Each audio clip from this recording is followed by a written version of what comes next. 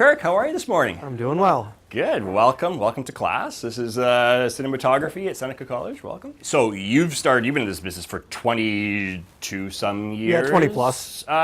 What types of work do you do? Mostly videography stuff? I'd like to say I've shot everything except for cinematic things. I've done broadcast with pretty much every major network that's out there. A whole whack of corporate. Corporate makes up almost probably half of my my work these days. I've always said that I refuse to do weddings. It's just something that doesn't interest me really, but there are people that can make a lot of money doing it. Have you ever done one? I shot my cousin's wedding once, Okay, but it was literally just back of the room, and it wasn't going to win any awards. Did you wear a disguise in case somebody from the industry saw you? No.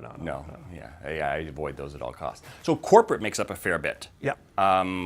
Any particular types of thing, or does it vary? It's varied. The funny thing is, like, I think back to, I was thinking about this last night when I was in college. I was originally thinking, corporate. I don't want to do corporate. Corporate is boring. It's, business people and talking heads.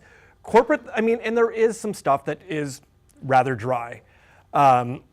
Sometimes it's just back of the room recording, somebody talking for an hour. But there are things. I just did a project for a bank where they were rebranding their branches, and we spent 2 days working with actors.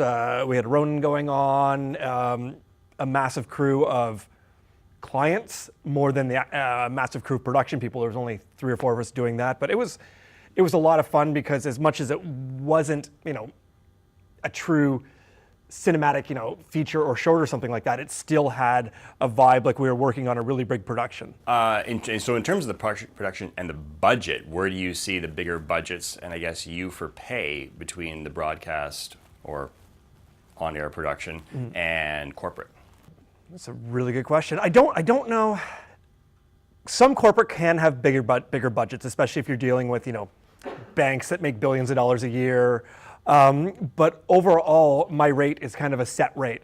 I charge X amount for a half day, X amount for a full day, OT after that. If we need to add in other things, the cost is going to go up because I've got to go hit up rental houses then and pick up gear. So that's, it's not just my time on the shoot day, but I could end up spending a half a day the day before running around and picking stuff up. And if I'm not billing for that, then I'm basically doing it for free. Mm-hmm. Right. At the same time, it's a bad word. It's another one of those 4-letter words. Yeah, it's totally. Like auto. Totally. At the same time, I have had corporate clients come up to me and say, I'm like, what's your day rate? I'm like, okay, it's X amount. And they'll be like, oh, okay, well, I'm going to give you this. Like they're actually upping the budget because they have more money in there. That's few and far between, but it does happen here and there. Mm-hmm. Yeah. It's like when you like to ask them, well, what's a day rate? Well, what do you got? Yeah. You can't always do that, though. No, it's true. And most people will come at you with what's your rate as opposed to offering you, hey, I'm willing to pay you X amount of dollars. They're willing to do that. And if it's more than my day rate, I'm like, hey, sure, sign me up. If it's less, I'm going to have to come back and go back and forth with them. Or some points it's, sorry for what your budget is. I just can't do this. I can't. And some people, you can't even offer them a colleague to do it because they just have no concept of what it costs to actually do the production. So sometimes you're educating the client. Yeah.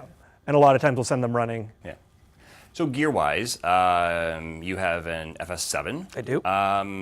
What have you had in the past, and how important is owning your very own gear to what you do? Okay, there's a few different parts to this. I actually had somebody ask me, I was shooting TIFF in September, and I had one of the interns asking me like, oh, what should I buy for a camera? And my response to him was, well, what else do you own? He's like, nothing. And I find this, in my opinion anyway, somebody might give you a different answer to this, but I think the camera is the very last thing you want to buy. Mm-hmm. Cameras are going to change every 2, 3, sometimes even every 6 months. It seems like there's something new coming out. I spent my money in the beginning, lighting, grip, tripod, audio, all the things that aren't, a tripod's a tripod. My tripod is probably 20 years old and it still works as good as the day that I, picked it up. Whereas cameras, a client may have 3 FS7s and they want a 4th one in there to match.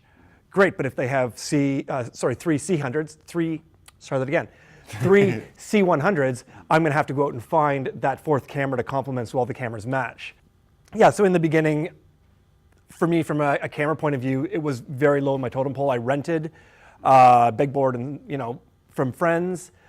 But I mean, owning your own gear as a shooter, I think, is important.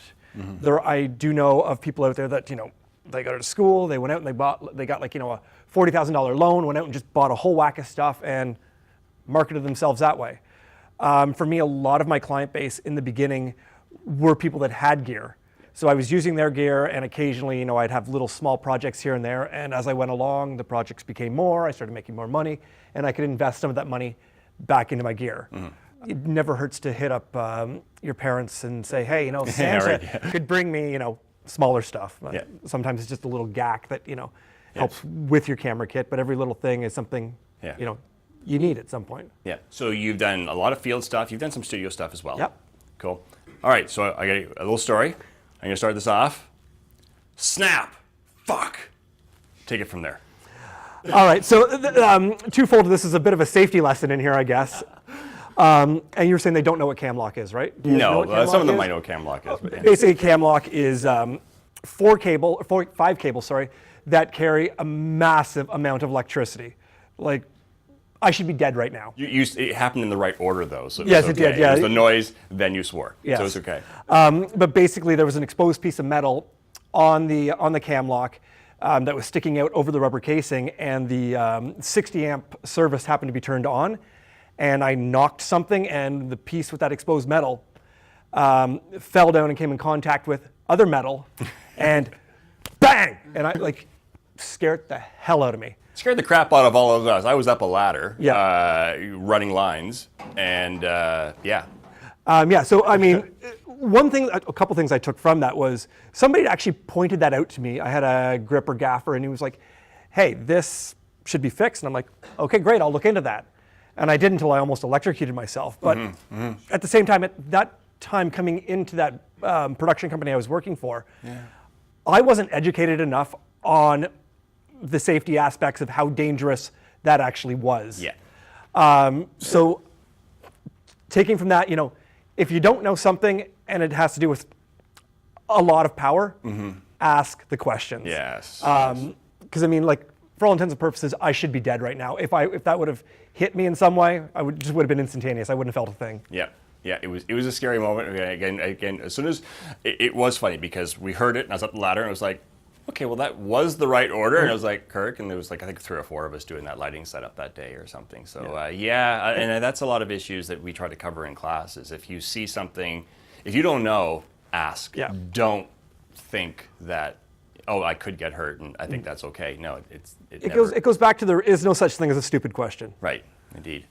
So you've done a lot of cool stuff. You've met lots of cool people. Is there something that comes in mind as was the coolest thing you ever did? Or I think the coolest thing is it's almost an impossible question at this point to answer.